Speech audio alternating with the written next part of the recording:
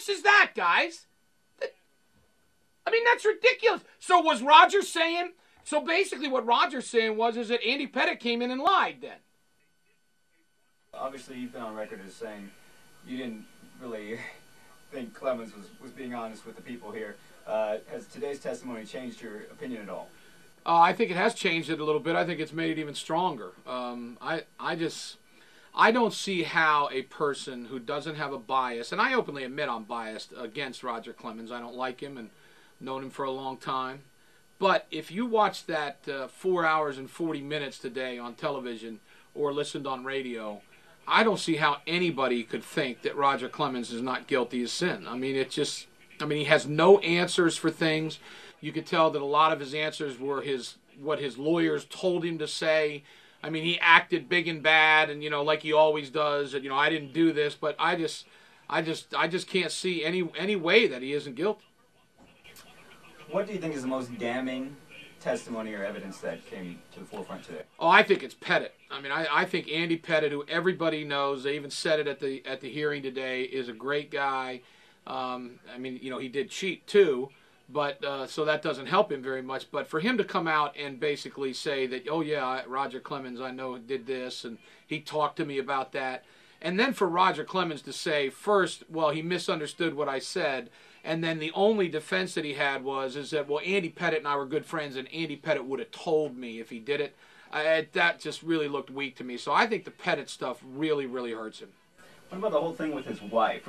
Would his wife really be getting a hold of HGH if her husband was not already involved in that whole kind of thing? No, that whole thing looks ridiculous, too. I mean, I can't imagine his wife getting it from McNamee and Roger Clemens not knowing. If that's true, they got a really weak relationship, because I got to tell you, if it was my wife, she probably would have come to me and said, hey, do you think I should do this? She said, I guess in her statement, that he wasn't there at the time. But no, that's just another thing that I think makes him look even more guilty. And I mean, I don't know how he's going to come back from all this. Whose testimony were you most impressed with today? Well, none of them, really. I wasn't really impressed with anybody, to tell you the truth. I guess the lawyer for the Mitchell report, I mean, he said some good things, and he had his stuff in line. I wasn't impressed at all with Clemens. I really wasn't that impressed with McNamee, but you're getting what you get with him. I mean, he's obviously, his life has fallen apart, and you could kind of tell. But, I mean, he said some things today that I thought that were right on the money, and frankly, Roger Clemens, I just don't see any of it that he's saying is right on the money.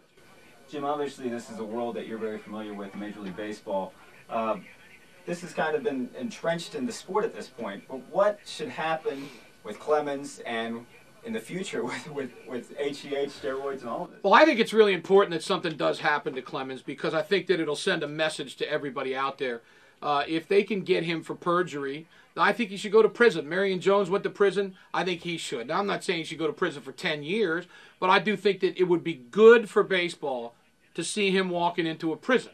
Having said that, Major League Baseball's got a lot of things they have to do now. They have to do the blood test for HGH. They have to. They have to take their testing and make it with independent people. They can't do it within. We've already found out that they've warned people and all these other things. And they've got to go after Bud Selig and some of the owners and those people that knew this was going on and talk to them and say, look, we think that this happened. What's your story? Because right now I think Bud Selig is just kind of, floating around with his new 3-year extension. So I think they need to go after some more people. So you think it'd be good for baseball? Clemens has been a fountainhead, I'd say, one of the shining lights of baseball for so long. But you think it'd be good for the sport to actually send this guy to prison? Absolutely, because I think it has to hit rock bottom.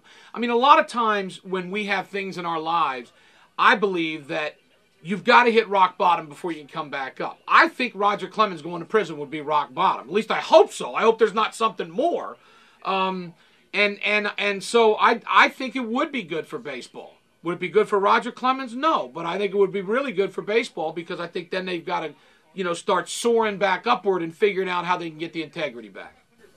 Jim, a final word or thought on this whole debate? I'm disgusted by it. Some people think that I am happy that Roger Clemens is falling apart. I'm not. I just like to see people, in my opinion, that are frauds be outed. And I think that's what's happening with Roger Clemens. But I want to see baseball get back to the game I love. So I'm hoping that this will work. Okay? Thanks, brother.